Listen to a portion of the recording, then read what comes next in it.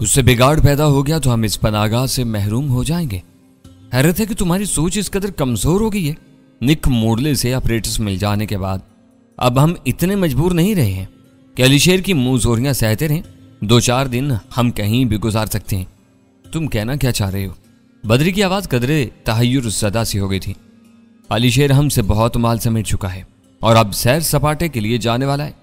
मेरी मानो तो आज रात ही उसकी गर्दन काट के खामोशी से यहां से निकल चलो।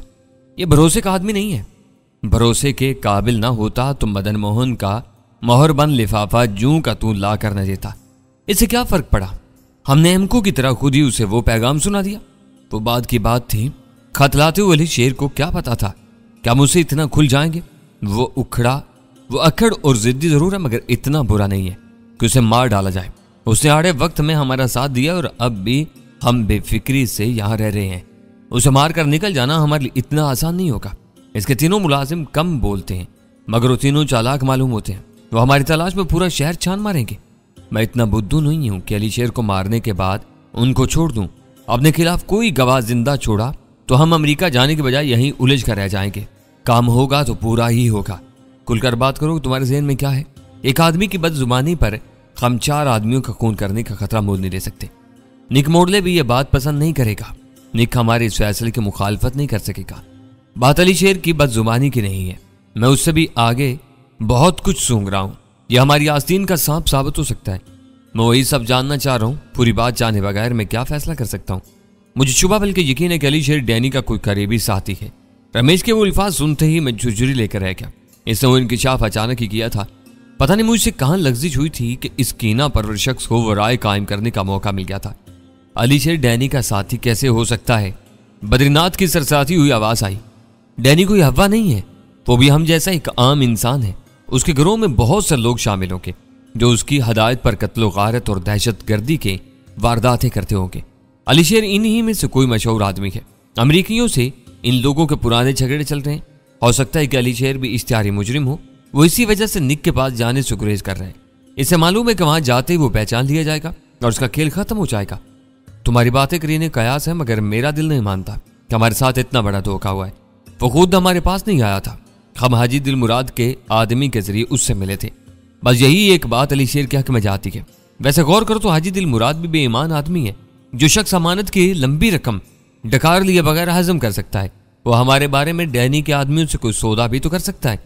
मौजूदा हालात में हम अपने साए पर भी भरोसा नहीं कर सकते। तुमने मुझे सोच में डाल दिया है। अगर निक को तुम्हारे इन शुबहात की हवा भी लग गई तो समझ लो कि हम दोनों की तकदीर पर मोहर लग जाएगी। वो हमारी इस लग्जिश को माफ नहीं करेगा। इन चारों को मारकर हम निक के सामने सुरखरू हो सकते हैं। इसे यह बात पसंद आनी चाहिए कि हम गाफिल नहीं हैं। धोखा खाने के बाद फौरन ही उसका अजाला भी कर लिया। तुम बात नहीं समझ रहे। अगर तुम्हारी कहानी को दुरुस्त मान लिया जाए तो यह किस्सा अलीशेर और उसके तीनों नौकरों तक नहीं रहा है। अलीशेर ने डैनी को हर बात की खबर दी होगी। अच्छा हुआ कि तुमने खुलकर मुझे ये सब कुछ बता दिया। आप फैसला करने में जल्दी मत करो। मुझे सोचने के लिए वक्त चाहिए। मैं अलीशेर को एक मरतबा फिर टटोलूंगा। इसके बाद हम कोई फैसला करेंगे। इस वक्त वो दोनों बज़ाहिर बड़े खुलूस से बातें कर रहे थे। मुझे रमेश के बारे में बहुत ज्यादा अंदाजा नहीं था, मगर बद्रीनाथ मेरे सामने खुल चुका था। उसके दिलो दिमाग में रमेश और निक के खिलाफ नफरतों का जहर भरा हुआ था। इन दोनों को नीचा दिखाने और खाक चटवाने के लिए वो एक लंबा मंसूबा बनाए बैठा था। मुझे तवक्का थी कि रमेश के नए ख्यालात उसे मेरी तरफ से बदगुमान नहीं कर सकेंगे, क्योंकि वो तरबियत से वापसी पर आखिरकार डैनी से खुफिया ताउन का फैसला किया बैठा था। रमेश अग्रवाल की तमाम बातों से यह तासुर बहुत कवि होकर उभरा था कि वो अपनी मफरूजा हर बात को निक मोडले के कानों तक पहुंचाने के लिए बेचैन था। उसकी इस ख्वाहिश का एक सबब यह भी हो सकता था कि नई कहानी से वाकिफ होने के बाद निक मोडले गलत फैसले की सारी जिम्मेदारी बद्री पर डाल देता, क्योंकि वही लीडर था। रमेश सर्दमहरी से उसका साथ देता। नतीजा यह निकलता कि बद्री किसी बड़े अताब में मुब्तला हो जाता और उसकी जिम्मेदारियां खुद ब खुद रमेश को मुंतकिल हो जाती। तुम कल तक कोई फैसला कर लो। मैं इन तमाम बातों को अपने दिमाग में जितना घुमा रहा हूं, मेरे शुबहात इसी कदर पक्के होते जा रहे हैं। मगर मजबूरी यह है कि मैं अपनी राय तुम पर नहीं थोप सकता। बस मशवरा दे सकता हूं, क्योंकि बड़े तुम हो और फैसले का इख्तियार तुम ही को है। गुस्सा थूक दो और ऐसी कड़वी कसेली बातें मत करो। बद्री की किसाई हुई हंसी की आवाज के साथ उसके अल्फाज सुनाई दिए। हम दोनों बरसों के साथी हैं और हम मिलजुल कर ही किसी नतीजे पर पहुंचते हैं। आज की रात सुकून से गुजार लो, कल हम बैठकर दोबारा बात करेंगे। तुम अलीशेर को इसी वक्त क्यों नहीं टटोल लेते? हमारा वक्त जाएगा। मैं अभी उसके कमरे में होकर आया हूं। उससे यूं बार बार छेड़छाड़ की गई तो अब बिदक जाएगा।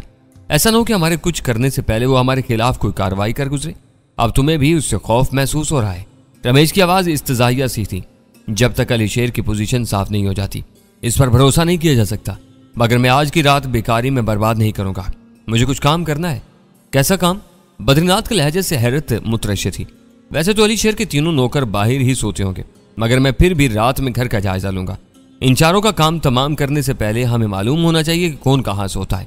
तुम्हारे सर पर 4 खून सवार हो चुके हैं। अगर अली शेर के हाथ साफ हुए तो तुम्हारी यह मेहनत अकारत जाएगी। तुम जरूरत से कुछ ज्यादा ही तेज चलना चाह रहे हो। तुम्हें मालूम है कि ये मेरी पुरानी खूबी या कमजोरी है और इससे मुझे कभी नुकसान नहीं हुआ। उन दोनों की अहम गुफ्तगू खत्म हो चुकी थी। वो दोनों इस सरूर में थे। उनकी नोक झोंक से मुझे मजीद कोई कारामद बात मालूम होने की उम्मीद नहीं थी। मैंने रेडियो बंद कर दिया। मैं दरवाजा खोलकर ख्वाबगाह से बाहर निकला तो गैर इरादी तौर पर मोहतात हो चुका था। मामूल के मुताबिक इस वक्त भी खानसामा बावर्ची खाने में रात का खाना बनाने में मसरूफ था। उसके साथ ही ड्राइवर भी बैठा हुआ था। मैंने दूर से इशारा करके ड्राइवर को बुला लिया और दोबारा अपने कमरे में घुस गया। इस मरतबा मैंने दरवाजा बंद नहीं किया था। स्पेशल टास्क फोर्स का वो आदमी मुअद्दब होकर कमरे में आ गया था।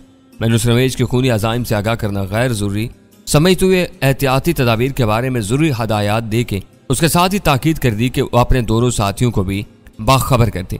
हमने जब से नादरा का मकान आबाद किया था वहाँ सुकून ही सुकून था। जो कुछ हो रहा था इसमें अव्वल खान के तीनों आदमियों का ज्यादा अमल दखल नहीं था। सिर्फ इस वक्त थोड़ी सी सनसनी पैदा हो गई थी जब बद्रीनाथ ने पिछली रात मेरे कमरे में आकर बात करने की ख्वाहिश जाहिर की थी। इसका मुद्दा जाहिर होने के बाद वाकयात का रुख तब्दील हो गया था और वो रात भी सुकून से टल गई थी। मेरी नई हदायत सुनकर अव्वल खान के आदमियों की आंखें चमक उठी। इन तीनों के लिए वो अपनी अफादियत साबित करने का एक बेहतरीन मौका साबित हो सकता था। थोड़ी देर बाद हम खाने की मेज पर जमा हुए तो वो दोनों खामोशी और गहरी सोच का शिकार नजर आते। आज तुम दोनों एक दूसरे से कुछ रूठे रूठे नजर आ रहे हो। खाने के दौरान मैंने इन्हें छेड़ा। रमेश ने लुकमा चबाते चबाते सर उठाकर मेरी तरफ सर्द और अजीब सी नजरों से देखा। मुझसे निगाहें चार होते ही वो दोबारा अपनी प्लेट की तरफ मुतवज्जा हो गया। उसकी आंखों में मेरे लिए वही सर्दमैरी और सफाकी रची हुई थी जिसका एतराफ मैं थोड़ी देर पहले ही अपने कानों से सुन चुका था। बद्रीनाथ का रवैया रमेश से बहुत मुख्तलिफ था। उसने कहा, यह आपस की लड़ाई नहीं फिक्रमंदी है। तुम्हारी एहतियात ने हम दोनों को तशवीश और परेशानी में मुब्तला कर दिया। फिर तो यह सरासर तुम्हारा जाती मामला है। मुझे उस पर जुबान नहीं खोलनी चाहिए। मैंने यक बयक संजीदगी इख्तियार करते हुए खुश्क लहजे में कहा, हम तुमको किसी बात पर मजबूर नहीं कर सकते। बदरी ने मोहतात लहजे में कहा, मगर फिर भी मैं तुमसे मजीद चंद मिनट बात करना चाहता हूँ। हो सकता है कि हमारे मसले का कोई हल निकल आए। कहो, मैं सुन रहा हूँ। मैंने तजाहले आरफाना से काम लेते हुए उसे दावत दी। खाने की मेज से उठकर मेरे कमरे में आ जाओ या मैं तुम्हारे पास आ जाता हूँ। वो पुर उम्मीद लहजे में बोला। मैं दानिस्ता चंद सानियों तक खामोश रहा। फिर मैं नरमी से कहा, ठीक है, मैं इंतजार करूंगा। खाना खामोशी से खत्म कर लिया गया। बदरी के बरक्स रमेश किसी बुलडाग की तरह मुंह सुझाए खाने में मसरूफ था। उसने मुझसे कोई बात नहीं की और सबसे पहले मेज से उठ गया। उसके जाते ही बद्रीनाथ के पतले होंठों पर खफीफ से मुस्कुराहट फैल की। उसकी नजरें दूर तक रमेश का पीछा करती रहीं। जब वो नजरों से ओझल हो गया तो उसने बस इतना ही कहा, अब तुमसे बड़ी बातें होंगी। बिल्ली थैले से बाहर आकी है। मैंने मुफाहमाना अंदाज में सर हिलाते हुए कुर्सी छोड़ दी। मैं तुम्हारा मुंतजिर हूँ। मुझे अपने कमरे में पहुंचकर ज्यादा देर तक उसका इंतजार नहीं करना पड़ा। तुम इस तरह बार बार मुझसे राजो न्याज करके रमेश के शुभात को हवा दे रहे हो। मुझे सोचने पर मजबूर हो जाएगा कि तुम उसे अलग थलग रख कर मेरे साथ कुछ साजिश कर रहे हो। मैं उसी की ख्वाहिश पर तुमसे मिलने आया हूँ। उसके दिमाग में तुम्हारे खिलाफ जहर भर चुका है। बज़ाहिर मैं उसकी बातों पर ध्यान दे रहा हूँ, लेकिन अब मुझे उसकी जरा भी परवाह नहीं है। तुम्हारा ख्याल था कि वो निक मोडले की खुशनुदी हासिल करने और तुम्हें पीछे धकेलने की फिक्र में है। क्या वो अपने इन अज़ाइम से ताइब हो चुका है? मैंने अपने बारे में उसकी कही हुई बात को दानिस्ता नजरअंदाज करके पुराने हवाले से सवाल किया। उसकी ख्वाहिशात बढ़ती जा रही हैं। उसे शुबा है कि तुम डैनी के आदमी हो। मैं बेसाख्ता हंस पड़ा। उसका ये दिमागी खलल जारी रहा तो कल वो मुझे डैनी भी करार दे सकता है। इसके पास दलाइल हैं। वो खुद भी तुम्हें डैनी करार देने की हमाकत नहीं कर सकता। डैनी के बारे जो कुछ सुना गया है वो तुम पर पूरा नहीं उतरता। वो पैसे के लालच से बेनियाज होकर असूलों की खातिर खून की होली खेलता है। तुम अपनी मर्जी के मुताबिक सिर्फ पैसे के पीछे भागते हो। ये बात हम दोनों ने पहले ही दिन भांप ली थी। डैनी के लिए काम करने वालों में हर किस्म के लोग हो सकते हैं। क्या रमेश के इन्हीं शुबात की वजह से मुझे डैनी की तलाश से रोका गया? इससे गैर जरूरी अहमियत मत हो। इसे बुरा समूह बनाकर कहा, तुम्हें अच्छी तरह मालूम है कि यह तब्दीली निक की हदायत पर अमल में लाई गई है। फिर रमेश क्यों डैनी के बारे में सोच सोच कर हलकान हुआ जा रहा है? जवाब है, उसने अपनी कहानी छेड़ दी। मेरी तवक्का के बरअक्स उसने हर बात मिन्नो अन बताई थी। सिर्फ यह जिक्र गोल कर दिया था कि रमेश मुझे हलाक करने का मंसूबा बनाया बैठा था। मैंने अंदाजा लगाया कि रमेश के कातलाना इरादे की पर्दापोशी में बदरी की किसी बदनीयती का दखल नहीं था। उसे अंदेशा रहा होगा कि रमेश के इन इंतहाई मुखालफाना अजाइम से वाकिफ होकर मैं आपे से बाहर न हो जाऊं। मेरे किसी भी इज़्तिरारी रद्दअमल से उसका पूरा खेल खराब हो सकता था। तुम इसके अंदाजों से मुत्तफिक नहीं हो तो फिर इस वक्त मेरे पास क्यों आए हो? तुम्हारा इसके ख्यालात से बाखबर रहना जरूरी है। उसके अंदाजों की बुनियाद इस मफरूजे पर रखी गई है कि तुम शनाख्त के खौफ से निक के पास जाने से कतरा रहे हो। अगर तुम उस मुलाकात के लिए अपनी आबादगी जाहिर कर दो तो रमेश के सारे वसवसे खाक में मिल जाएंगे। तुम्हारा इसरार मुझे जिद दिला रहा है, ये किसी भी सूरत में मुमकिन नहीं है। रमेश मेरा बाल भी बीका नहीं कर सकता। तुम चाहो तो इसके नादर ख्यालात से निक को भी आगाह कर सकते हो। ये नहीं होगा। बदरी ने फैसला कुल लहजे में कहा। रमेश यही चाह रहा है, बात निक तक पहुंचेगी तो गलत फैसले की जिम्मेदारी मेरे कंधों पर ही आएगी। मैं फैसला कर चुका हूं कि रमेश को निक से बात करने का कोई मौका नहीं दूंगा। ऑपरेटर हर वक्त मेरे कब्जे में रहता है। फोन तुम अपने कमरे में बंद रखो। वैसे भी निक से फोन पर राब्ता होना नामुमकिन है। इस बारे में हमें सख्त हदायत मिली हुई हैं। तुम उसकी चालों को समझ रहे हो तो क्या वो तुम्हारी चाल को नहीं समझेगा? वो आसानी से ये फैसला कर लेगा कि तुमने मुझसे कोई साजबाज कर ली है। मैं तुम्हें एक बार फिर बता रहा हूं कि उसने यहाँ कोई बदमाशी या चालाकी दिखाने की कोशिश की तो मैं उसे हरगिज़ मुआफ नहीं करूंगा। वो किसी खारिज ज़दा कुत्ते की तरह गुमनामी की मौत मारा जाएगा। अमेरिका के तरबियती प्रोग्राम से फायदा उठाने के लिए उसका जिंदा रहना जरूरी है। उसने बेबसी से कहा। तुम्हें अच्छी तरह मालूम है कि मुझे अमेरिका जाने का बहुत ज्यादा शौक नहीं है। तुम्हारे इसरार पर मैंने रजामंदी जाहिर की है। मेरा वादा है कि मैं उसे मारने में पहल नहीं करूंगा। उसने कोई हरकत की तो जरूर बुरे अंजाम से दो चार होगा। उसे लगाम देना तुम्हारा काम है। मुझे हर वक्त उसकी कड़ी निगरानी करनी पड़ेगी। वो खुद कलामी के अंदाज में बुड़बड़ाया, मगर खैर मैं ये भी कर लूंगा। अब सोचना यह है कि निक मोडले को कैसे मुतमईन किया जाए। मुझे खुलकर बताओ कि निक मोडले मुझसे क्यों मिलना चाहता है। इससे भी रमेश की तरह मुझ पर कोई शुबा है या वो मेरी जात में कोई कारामद मकामी कारकुन तलाश करने की ख्वाहिश रखता है। मुझसे बड़ी से बड़ी कसम ले लो, मुझे इस बारे में कुछ मालूम नहीं। वो अपने लबो लहजे पर इतना कादर है कि उसकी आवाज से उसके मूड का अंदाजा नहीं लगाया जा सकता। वो बहुत खराब आदमी है। तुम रमेश को उससे दूर रखने का फैसला कर चुके हो, इसलिए बेहतर होगा कि अपनी पुरानी कहानी ही को आगे बढ़ा दो। कौन सी पुरानी कहानी? उसे चौंक कर इज़्तिरारी लहजा में कहा। ऑपरेटर्स मिल जाने के बाद तुमने उसे बताया था कि मैं बुखार में मुबतला होने की वजह से उसके पास नहीं जा सका था। मेरी बीमारी की वजह से मेरा साथी उससे मिला था। अब तुम इस बीमारी को तूल दे डालो। तुम ठीक कह रहे हो, वो बेसाख्ता बोल पड़ा, मगर बुखार की बात उसे मुतमईन नहीं कर सकेगी। अमेरिकी सेहत और जरासीम के बारे में बहुत वहमी होते हैं। कह दो कि बुखार के बाद मुझे जरखान हो गया और मैं इलाज के लिए किसी नामालूम अस्पताल में चला गया। ऐसी बीमारी का जिक्र सुनते ही वो पसपा हो जाएगा। उसे तुम इसी तरह मुतमईन कर सकते हो। जरखान तक की बात तो ठीक है, वो सोचते हुए बोला, मगर अस्पताल वाली बात नहीं चल सकेगी। उसने खास तौर पर मुझसे इन मकामियों की तादाद पूछी थी जो मेरे साथ हैं।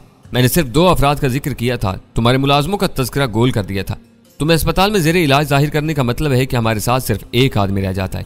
कहीं वो कोई नया मुतालबा पेश न कर दे। इसकी बात माकूल थी। निक पहले भी इस दिन नादरा के घर का पता पूछ चुका था। मेरी जरखान ज़दा होने की खबर सुनने के बाद वो इस पर इसरार कर सकता था। इन्हें बाहर निकल कर अड़ोस पड़ोस से पता मालूम करने का हुक्म दे सकता था। एक आदमी को बातों में उलझाकर इन दोनों में से कोई भी ये काम कर सकता था। पता उसके हाथ लग जाता तो वो किसी न किसी के जरिए इस घर के बारे में बहुत कुछ मालूम कर सकता था। नादरा का नाम सामने आता तो इसके जहन में गैरी हार्ट और जेफ मिलर के वाकयात ताज़ा हो जाते। वो संगीन खतरा किसी भी कीमत पर मोल नहीं ले सकता था। इसे कह दो कि मैं घर ही पर आराम कर रहा हूँ और मेरा इलाज हो रहा है। डॉक्टर की आमदोरफ्त की वजह से तुम दोनों एक कमरे में मैसूर हो और फिर तुम्हें जरखान की जरासीम की जद में आने का खौफ भी है। मैंने सोचने के बाद तजवीज़ पेश की। ऐसी गंभीर सूरत हाल होगी कि वो तिल मिला कर रह जाएगा। इस बार बदरी ने किसी गर्मजोशी का मुजाहरा के बगैर सपाट लहजे में कहा, यह कहना बेहतर रहेगा ये चंद रोज निकल गए तो फिर हम अमेरिका पहुंच जाएंगे। ये किस्सा यहीं खत्म हो जाएगा। एक बात की एहतियात जरूर रखना, निक मोडले से बात करते हुए रमेश को तुम्हारे करीब मौजूद नहीं होना चाहिए। तुम्हारे झूठ पर झल्लाकर किसी मनफी राह पर भी वो लग सकता है। यह एहतियात भी कर ली जाएगी। आजकल मैं अपना खासा वक्त लान और क्यारियों की देखभाल में गुजारता हूँ। वहीं से निक से बात की जा सकती है, लेकिन मुझे इसको कुछ ना कुछ बताना ही होगा। अपने दिलों में एक दूसरे के लिए बुग़्ज़ और अनाद के जज्बात रखने के बावजूद वो साथी थे। रमेश को निक के बारे में हर बात मालूम थी। बदरी इससे मुकम्मल राजदारी इख्तियार नहीं कर सकता था। मैंने कहा, रमेश को तफसील बताने की जरूरत नहीं, सिर्फ इतना कह देना कि तुमने निक के सामने मेरी बीमारी का उज़र पेश कर दिया है। अब मुझे लंदन का फ़ोन नंबर भी दे दो। तैयारी होते ही मैं यहाँ से निकल जाऊँगा। मुझे उम्मीद नहीं थी कि तुम इतनी जल्दी यहाँ से निकलने पर आमादा हो जाओगे। सुबह मैं तुम्हें पता दे दूंगा। और हाँ, जरा रात को कमरे का दरवाजा अंदर से मुकफ्फिल या बोलट करके सोना। क्यों, क्या रमेश की तरफ से किसी शरारत का अंदेशा है? मैंने तीखे लहजे में पूछा। उम्मीद नहीं है, लेकिन फिर भी तुम्हें मोहतात रहना चाहिए। कुछ पता नहीं कब उसके दिमाग पर शैतान सवार हो जाए। जब वो मेरे पीछे पड़ सकता है तो तुम्हारे बारे में भी उससे क्या उम्मीद रख सकता हूँ? फिक्र मत करो, शैतान उस पर सवार हो सकता है, मगर वो मेरी सवारी में रहता है। उसने गड़बड़ की तो उसे छठी का दूध याद दिला दूंगा। मेरे लिए इतना ही काफी है कि तुम उसके जहरीले शुबहात से मुत्तफिक नहीं हो। ज्यादा सोचने से हर अच्छी बात में भी बुराई के 10 पहलू निकल आते हैं। शायद आज रमेश दिन भर तुम्हारे ही बारे में सोचता रहा है। उसने मुस्कुरा कर कहा और अलविदाइया अंदाज में हाथ लहरा कर मेरे कमरे से चला गया। बद्रीनाथ ने मुझे रमेश के इरादों से पूरी तरह बाखबर नहीं किया था, मगर इशारों के नायों में उसने बहुत कुछ कह दिया था। मैंने उसके सामने जरा सख्त रद्द-ए-अमल का मुजाहरा किया था, लेकिन दर हकीकत मैं खुद भी समझ रहा था कि इस वक्त रमेश अग्रवाल की हलाकत एक बनते हुए खेल को बिगाड़ सकती थी। मैंने एक मरतबा फिर रेडियो ऑन कर दिया। बद्री अपने कमरे में वापस पहुंच चुका था। वो रमेश को यकीन दिलाने की कोशिश कर रहा था कि मेरा डैनी से दूर का भी वास्ता नहीं था। उसके पास बेतेरे दलाइल भी थे, लेकिन रमेश उसकी बातों से ज्यादा मुतासिर नहीं था। आखिर में बद्री ने उसे तंबीह की कि वह रात को घर का जायजा लेने का ख्याल दिल से निकाल दे, और उसने हूं हां करके बद्री की बात टाल दी। इस वक्त तक मैंने उनकी जो गुफ्तगू सुनी थी, इससे वो अपने अपने असल रूप में मेरे सामने आ चुके थे। उनके बारे में मुझे मजीद जानने की ख्वाहिश रही थी, ना सूरत थी। मैंने रेडियो का बैंड तब्दील करके एक ऐसा स्टेशन लगा दिया जहां से फिल्मी नगमों का प्रोग्राम नशर हो रहा था। 12:30 बजे मेरे दरवाजे पर दस्तक हुई और इजाजत मिलने पर ड्राइवर अंदर आ गया। सर, अंदर सारी रोशनियां गुल हो चुकी हैं। काफी देर से मेहमानों के कमरे में भी अंधेरा है और तुम तीनों अपनी अपनी जगह तैयार हो? मैंने बिस्तर से उठते हुए पूछा। यस सर, वो दोनों अगले हिस्से में हैं, मैं पीछे मौजूद हूँ। मैंने एहतियातन अहाते में भी अंधेरा कर दिया। चौकीदार ने एक मोटरसाइकिल पर 2 आदमियों को कई मरतबा गली में से गुजरते दिखाए। उसे इन पर शुबा हो रहा है। वो अब इधर आए तो हमारे आदमी अंधेरे में इन्हें आसानी से देख लेंगे। इसका आखिरी फिक्रा नामौजू था, मगर बात मेरी समझ में आ गई। खुद अंधेरे में रुपोश रहकर रोशन गले पर निगाह रखना खासा आसान था। चौकीदार का वो मुशाहिदा बेबुनियाद नहीं हो सकता था। मुझे तशवीश होने लगी कि बाहर से कौन हमारी कमीनगाह में दिलचस्पी ले रहा था। हर तरफ निगाह रखो, आज मेहमानों की तरफ से गड़बड़ का अंदेशा है। बाहर फिरने वालों की बात खतरनाक हो सकती है। कोई अंदर घुसने की कोशिश करे तो बेरहमी से उसे दबोच लेना। वो सर हिलाकर बाहर फैले हुए अंधेरे में कहीं मुद्गम हो गया। मैं रेडियो का बैंड तब्दील करके सुई दोबारा पुराने मकाम पर ले आया। दूसरी तरफ गहरा सन्नाटा छाया हुआ था। इसी वक्त दूर से किसी इंजन की सीटी की आवाज सुनाई दी। फिर ट्रेन के आईनी पहियों की गड़गड़ाहट तेजी से करीब आने लगी। दिन में ट्रेनों की शोर की वो आवाजें ज्यादा नामानूस और अजनबी नहीं मालूम होती थी, लेकिन रात के सन्नाटे में वो भयानक भी रूप धार लेती थी। नादरा के मकान में वाहिद खराबी यही थी कि वो रेलवे लाइन से बहुत करीब वाक़ था और आहिनी पटड़ियों पर वजनी बोगियों की गूंज बाज़-औक़ात सर में धमकने लगती थी। रमेश की बातें इस वक्त मेरे ज़हन में ताज़ा थी। मैं घर में अंधेरा करके उसे बेखबरी में कहीं भी घेरने और बुरी तरह उधेड़ डालने का पुख्ता इरादा कर चुका था। मेरा अंदाजा था कि वो बद्री के सो जाने का यकीन करने के बाद ही अपने कमरे से बाहर कदम निकालेगा। इस इंतजार में उसे ताख़ीर भी हो सकती थी, लेकिन मैं हर हाल में उसके निकलने से पहले कहीं छुप जाना चाहता था। रेडियो पर छाए हुए मुकम्मल सुकून से मायूस होकर मैंने स्विच बंद कर दिया। साइड टेबल की दराज में से बीम गन निकालकर अपनी जेब में उड़सी और कमरे की रोशनियां गुल करके बाहर रिंग आया। वो किसी मुसाफिर बरदार ट्रेन का वक्त नहीं था। कराची से मुल्क के बालाई हिस्सों के लिए कोई तवील मालगाड़ी धीमी रफ्तार से शहर के कल्ब में से गुजर रही थी और इसका शोर अपने सिवा हर आवाज को निकल गया था। मैं चंद सानियों तक अपने दरवाजे के सामने खड़ा रहा, फिर अगली राहदारी की तरफ चल दिया। अभी मैं चंद कदम भी नहीं गया था कि अचानक इन दोनों के कमरे का दरवाजा थोड़ा सा खुला और घोर अंधेरे में धीमी रोशनी का एक ऊंचा मुस्ततील चमकने लगा। मैं फौरन ही दीवार से चिपक गया। इस नाकाफी रोशनी को देखते ही अंदाजा हो गया था कि दरवाजा खोलने वाले ने रोशनी के लिए कमरे का कोई बल्ब रोशन नहीं किया था, बल्कि बाथरूम का दरवाजा कदरे खोल कर वहां रोशनी कर दी थी। इस रोशनी और मुस्ततील खला में थोड़ी सी वसअत हुई और पलक झपकते में एक साया नीम रोशन कमरे में से तारीख राहदारी में रिंग आया। मैंने इसी असना में उसकी झलक देख ली थी। मुझे ये जानकर हैरत हुई कि कमरे में से तारीकी में आने वाला रमेश नहीं बद्रीनाथ था। मेरे ज़हन में बिजली की सुसरात से पहला ख्याल यही आया कि नामालूम वजूह की बिना पर बद्री की भी काया पलट हो चुकी थी। वो राहदारी के बंद सिरे पर था। मेरे मुकाबले में उसके पास अपने कमरे के सिवा कोई राह नहीं थी। मैंने उसे इस गोशे से बाहर निकलने से पहले ही ललकार डाला। Hands up! मैंने गुर्रा कर कहा। मैंने तुम्हें देख लिया है, मैं गोली मार दूंगा। ये धमकी देते ही मैंने अपनी जेब से बीम गन निकाल ली थी और दीवार से लगकर उसकी तरफ सरकना शुरू कर दिया। अलीशेर, फायर न करना, ये मैं हूं। अंधेरे में बद्रीनाथ की बेसाख्ता और घबराई हुई आवाज गूंजी। इसी के साथ उसने कोई करीबी दीवार गिर स्विच दबाकर अपनी राहदारी रोशन कर दी। गुजर जाने वाली मालगाड़ी के दूर होते हुए शोर के बायस इसे कदरे जोर से बोलना पड़ा था। रोशनी होने पर मैंने देखा कि उसने दोनों हाथ सर से ऊपर उठा लिए थे और उसके चेहरे पर हवाइयां उड़ रही थी। मैं उसके मुकाबले में इस वक्त भी अंधेरे में था, इस वजह से वो मुझे नहीं देख सका। रमेश, कहाँ है तुम? अंधेरे में अपने कमरे से बाहर क्या कर रहे हो? मैंने अपनी हैवानी जिबिल्लत के ज़ेरे असर जहरीली आवाज में सवाल किया। मैंने अपनी पेशकदमी अंधेरे ही में रोकती थी। वो गहरी नींद सो रहा है। मैंने आज फिर उसकी शराब में ख्वाब आवर दवा मिला दी थी। उसने थकी थकी और शिकस्त खोरदा आवाज में कहा, मेरी चटीस कह रही थी कि तुम कुर्बो जवार ही में कहीं ना कहीं घात लगाए बैठे हो के मैं तुम्हारे पास ही आ रहा था। मुझे उम्मीद नहीं थी कि इस वक्त रमेश की बजाय तुमसे मुलाकात होगी। मैंने तलखी से कहा, इस वक्त 1 बजने वाला है, तुम मेरे पास क्या लेने आ रहे थे? मुझे अपनी तरफ आने दो, मैं तुम्हें पूरी बात बता दूंगा। उसकी आवाज उभरी, हाथ किराए बगैर बढ़ते चले आओ। अब मैं तलाशी लिए बगैर तुम पर भरोसा नहीं करूंगा। तुम दोनों ही खतरनाक और नाकाबिले एतमाद हो। तुम मुसल्ला हुए तो मैं तुम्हें नहीं छोड़ूंगा। वो हाथ गिराए बगैर मेरी तरफ आते हुए अपनी आवाज दबाकर बोला, मैं बिल्कुल गैर मुसल्ला हूं। अब चंद मिनट पहले मुझे ऑपरेटर्स पर काल का इशारा मिल रहा था। मैंने ऑपरेटर्स ऑन नहीं किया। मैं इस बेवक्त काल से सख्त परेशान होकर तुम्हारी तरफ आ रहा था। मैंने भीमगंज जैसे अनोखे हथियार को उससे छुपाने की कोई कोशिश नहीं की। वो बख्शिल की महबूबा के घर पर पहले भी मेरे पास भीमगन देख चुका था। वहां इसके इस्तेमाल की नौबत नहीं आई थी। इस वजह से मैंने उसे यह बताया कि मेरी गन मोहलक तरीन जहर में बुझी हुई बारीक सुइयों से मेरे हरीफ के जिस्म को 1 सेकंड में 12 मरतबा छेदने की सलाहियत रखती है। तेज रोशनी से निकलने के बाद वो मुझे देखने पर कादिर हो चुका था। वो मेरे सामने आकर रुक गया। मैंने मुरव्वत के बगैर उसके पूरे जिस्म को टटोल कर उसकी तलाशी ली और फिर इसे हाथ गिराने की इजाजत दी थी। अब अपनी इस ब्लो गन को भी रख लो, इससे मुझे खौफ आ रहा है। उसने गहरा सांस लेकर कहा, यह चल गई तो बचने की कोई सूरत बाकी नहीं रहेगी।